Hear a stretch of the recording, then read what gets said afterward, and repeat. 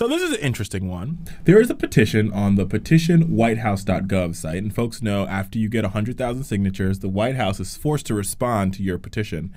And there are right now. There are 33,000 signatures on this one. Keep knives off the plane. Block the Transportation Administration policy decision to accept pre-9/11 weapons. And this is what the petition reads. Before the morning of September 11, the threat of using commercial aircraft as a weapon was unknown. At great cost, we know better today. The TSA was created because blades on airlines were used to cause the deadly attacks on U.S. soil. There's no excuse for the reversal of the policy to ban knives from the aircraft cabin. Multi-layered security, including the prohibition of items that could pose threats, ensure the U.S. aviation is the safest in the world. The ban on dangerous objects is a integral layer in aviation security. Flight attendants serve as the first line of defense in aviation security, responsible for ensuring the safety, health, and security of the passengers in our care. Join us in keeping the aircraft cabin safe. Tell the TSA to keep knives out the cabin. Now, this was brought to you by the Association of Flight Attendants, CWA, their union. What are your thoughts, guys? Rich Webbs? Oh, I think that, I'm kind of glad because I've lost a lot of knives. So you're saying we should allow knives on the plane, Peter? I'm not saying big knives. I'm not saying the kind of knife you're going to carry around. What's the difference between a big knife and a small knife when it's being shoved in your stomach? Right, but a very, very small knife, no one's going to stab anyone on a plane with a really small knife. We did it for years and no one stabbed anyone. I wouldn't let box cutters on a plane. I wouldn't let really, really super long swords on a plane, but tiny, tiny, tiny pen knives that can't. How about really scalpel blades? The blade of a scalpel. Well, how do you know the difference between a pen knife and a scalpel blade? Because a pen knife is a little pen knife. Yeah, but the blade of a scalpel is this big. And I say this because I remember when TSA just started. My mom is a nurse. I don't know why, but she carries a scalpel blade in her purse. And they took away her scissors, and they left her with the surgical scalpel blade. Really? Yeah. And as folks know, surgical scalpel blades are used to do surgery. So my mom could have took that little blade and connected it to a knife, connected it to a fork or something, and just a pen, and just went whoa.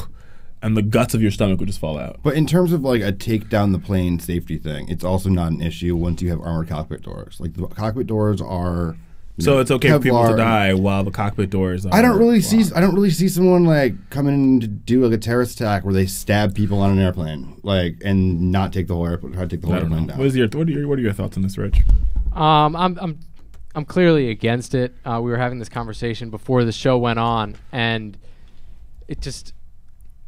I don't see the need for it. If you are not allowed to have, 3 ounces or whatever the restriction is of liquid soap on the plane, obviously I guess you could make some kind of bomb with it. But if you can't bring liquid soap on the plane, just who is benefiting is my question from having, pocket knives or whatever back on the plane. It's just Pete who loses his pocket knife every time that he goes on because he forgets. I think a lot of people do that though. And it's not something you take away from me. I'm not going to take the plane down with that. Liquids, on the other hand, over 3 ounces. You're not going to take the plane down, but I don't think anyone would be able to take a plane down with a little pocket knife with the way planes are now. All right. Well, let's look at it from an economic angle. As opposed to liquid explosives. If, let's say, for instance, someone decides that they've got their pen knife on the plane now because they're allowed to bring it on, and they want to take someone hostage. Obviously, they can't get to the pilot, but once a situation like that happens on the plane, they have to immediately land, and it costs the airline money. Is that worth you're losing your pocket knife? I still don't see someone making this an issue. You're going to take one person. The flight attendants are making it an issue. So what happens when a flight attendant gets stabbed? I don't see that happening. What do you mean you don't see that happening? That was 9/11. Was there rampant stabbings before 9/11 on airplanes? Listen, dude. We're talking about a single event, which we've now corrected. Clearly, there wasn't a lot of mass shootings between over the past 2 years and the 2 years prior to that. Yeah, the environment has changed. And I think your means, hold on a second. Your means doesn't justify your ends.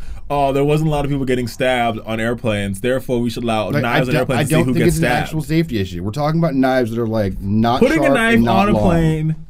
You're showing me a Swiss Army knife is not sharp. Not a long Swiss Army knife. We're talking about really tiny, very short. But you said it's Swiss not Army sharp. Knives. They're not very sharp. I have a bunch of them. But they're not sharp at all. I'm in bulk now. Pete was the kid who collected weapons as a child. Yes. America. Are we really having this conversation right now? They're not that sharp. You sound like the conservatives. They're not very sharp. Like, it's not something I'm worried about. You sound like the conservatives.